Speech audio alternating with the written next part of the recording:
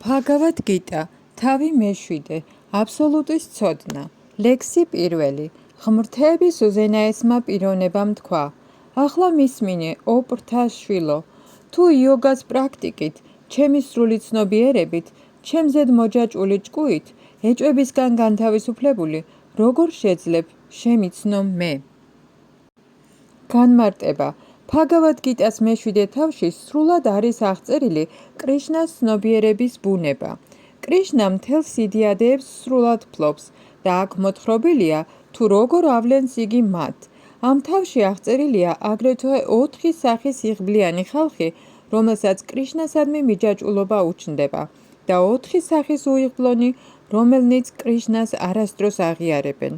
Bhagavad Gita-s პირველ 6 თავში ცოცხალი არსება დახასიათებული იყო როგორც არამატერიალური, ტრანსცენდენტული სული, რომელსაც სხვადასხვა სახის იოგას საშუალებით თვითრეალიზაციამდე ამაღლების უნარი შესწევს. მეექვსე თავის დასასრულს გარკვევით იყო ნათქვამი, რომ ჭკუის მტკიცე კონცენტრაცია კრიშნაზე, ანუ კრიშნას ცნობიერება, უმაღლესი სახის იოგაა. კრიშნაზე ჭკუის კონცენტრაციით შესაძლებელია აბსოლუტური ჭეშმარიტების სრულად შეცნობა, მაგრამ ამის რაიმე სხვა გზით მიღწევა გამორიცხულია. უპიროვნო ბრაჰმაჯიოტისა და ლოკალიზებული პარამატმას შეცნობა აბსოლუტური ჭეშმარიტების არასრული ცოდნა გახლავთ, ვინაიდან იგი ნაწილობრივია. სრული და მეცნიერული ცოდნა კრიშნაა და კრიშნას ცნობიერებაში მყოფი პიროვნებისთვის ყველაფერი ნათელი ხდება. სრულ კრიშნას ცნობიერებაში ადამიანმა იცის, რომ კრიშნა არის ნებისმიერ ეჭვზე მაღლა მყოფი საბოლოო ცოდნა. იოგას სხვადასხვა სახეები მხოლოდ საფეხურებია კრიშნას ცნობიერების გზაზე.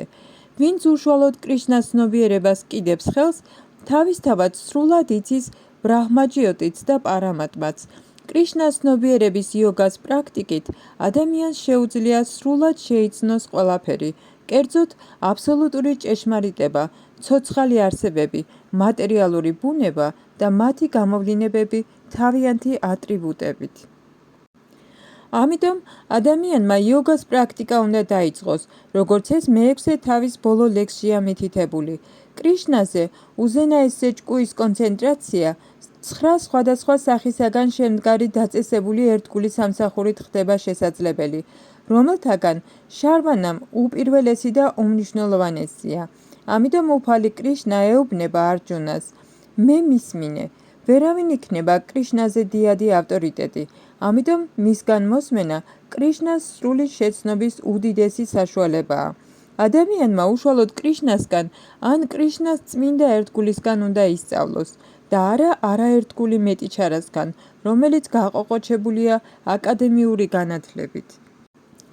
შრიმად ბჰაგავატამში კრიშნას, ღმრთების უზენაესი პიროვნების, აბსოლუტური ჭეშმარიტების შეცნობის ეს გზა პირველი სიმღერის მეორე თავში ასეა აღწერილი.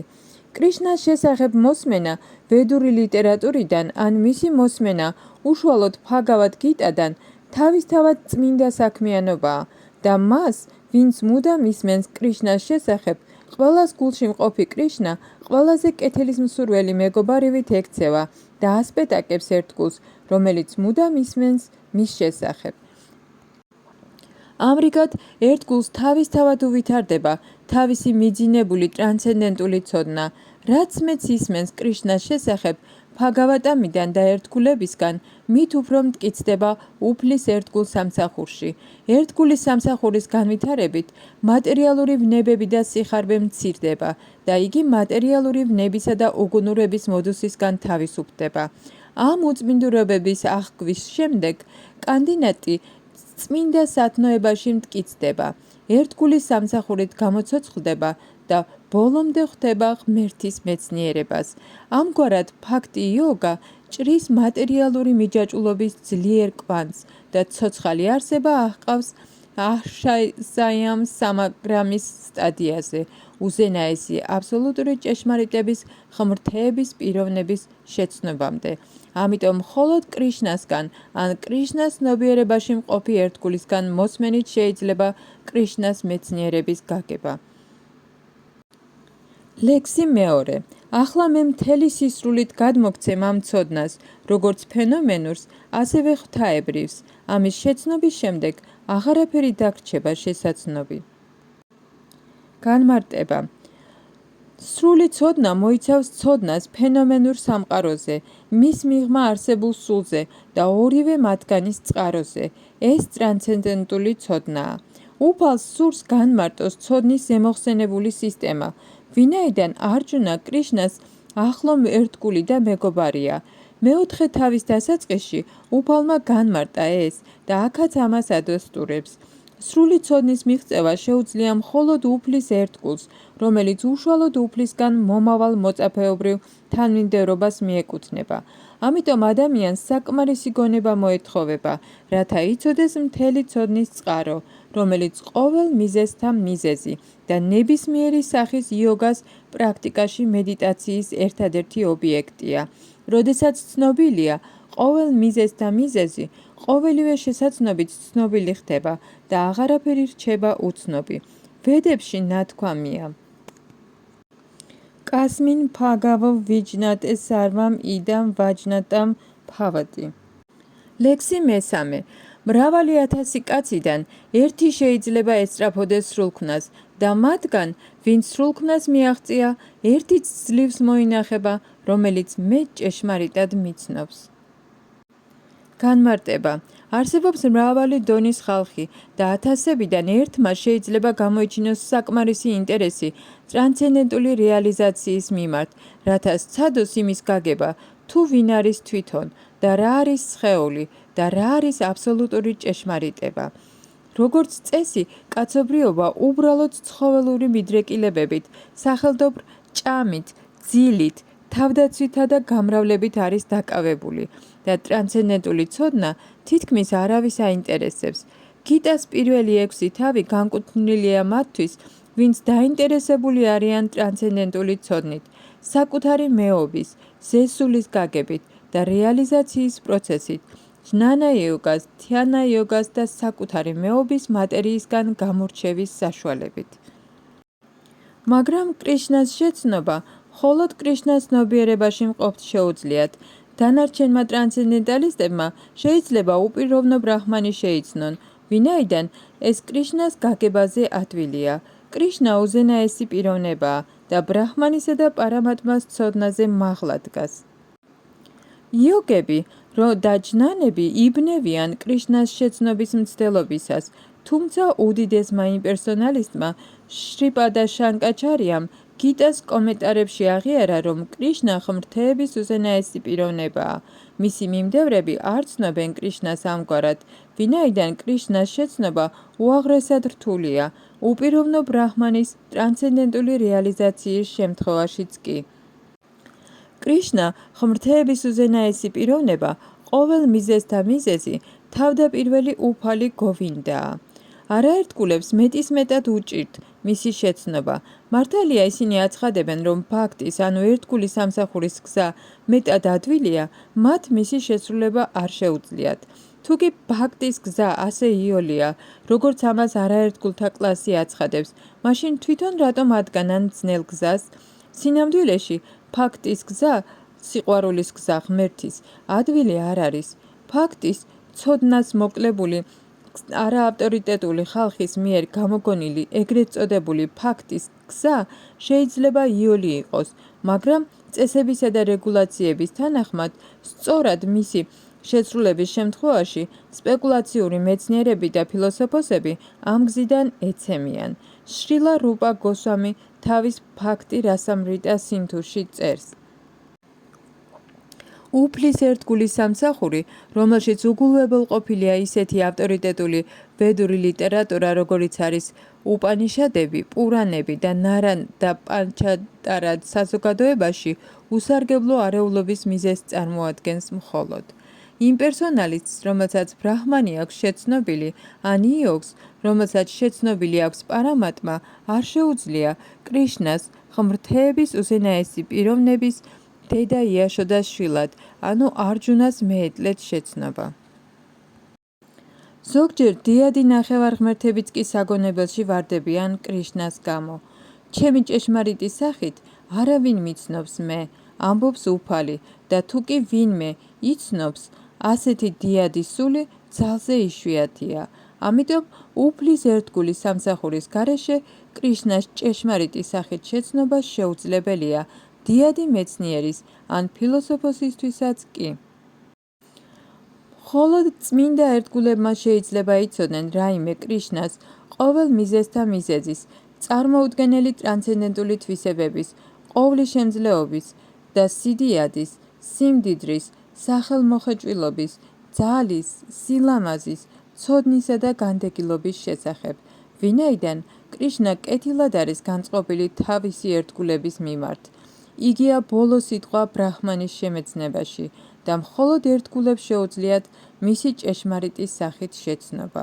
ამიტომ ნათქვამია: არავის შეუძლია უხეში მატერიალური გრძნობებით ჭეშმარიტი სახით კრიშნას შეცნობა, მაგრამ იგი ევლინება თავის ერთგულებს, როდესაც კმაყოფილდება მისადმი მათი ტრანსცენდენტული სასიყვარულო სამსახურით.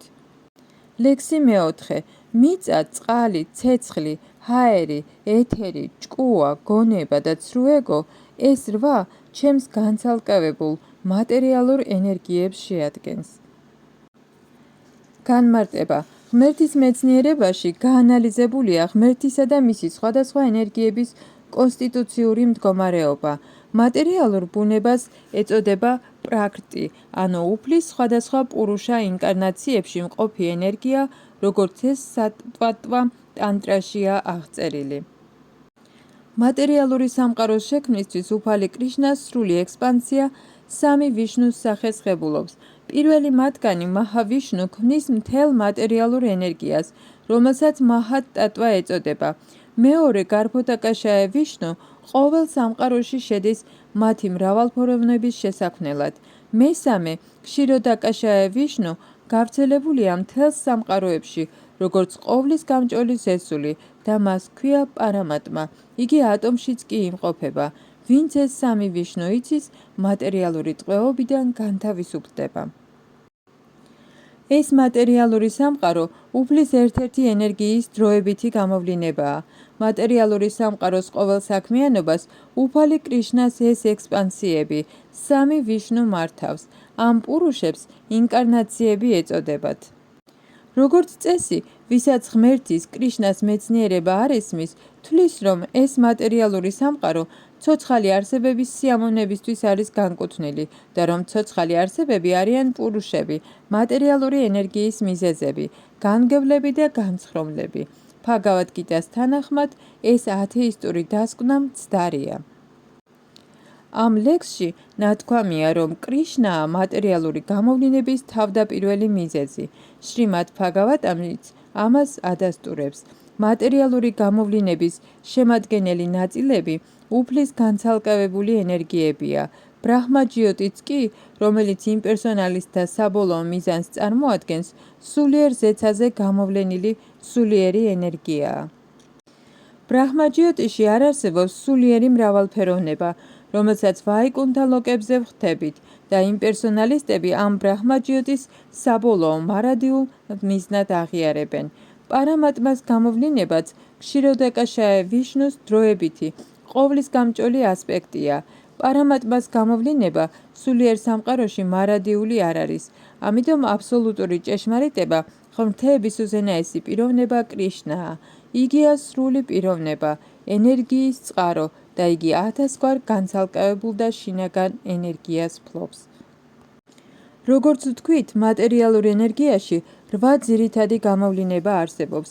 მათგან პირველ 5 გამოვლინებას, სახელდობრ მიწას, წყალს, ცეცხლს, ჰაერსა და ცას 5 გიგანტური ქმნილება, ანუ უხეში ქმნილებები ეწოდება, რომლებიც გრძნობა და 5 ობიექტსაც მოიცავს.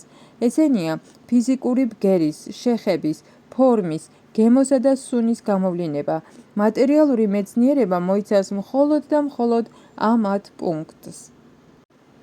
მატერიალისტები უგულებელყოფენ დანარჩენ 3-ს, კერძოდ ჭკუას, გონებასა და ცრუ ეგოს. ფილოსოფოსები, რომელთაც ჭკუის ქმედებებთან აქვთ საქმე, ასევე არ ფლობენ სრულყოფილ ცოდნას, ვინაიდან საბოლოო მიზეზი კრიშნა არ იციან. ცრუ ეგო, მე ვარ და ეს ჩემია, რაც მატერიალური ყოფიერების ძირითად პრინციპს შეადგენს, მოიცავს მატერიალური საქმიანობებისთვის განკუთვნილ გრძნობათა 10 ორგანოს. გონება მაჰად-ტატვად წოდებულ მთელ მატერიალურ ქმნილებას მიეწერება.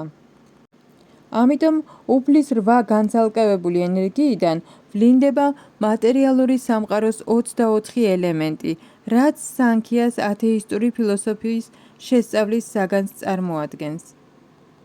თავისი წარმოშობით ისინი კრიშნას ენერგიების განტოტვებია და განცალკევებული არიან კრიშნასგან, მაგრამ ცოდნის მცირე მარაგის მქონე ათეისტმა სანქიას ფილოსოფოსებმა არ იციან, რომ კრიშნა ყოველ მიზეზს და მიზეზს წარმოადგენს.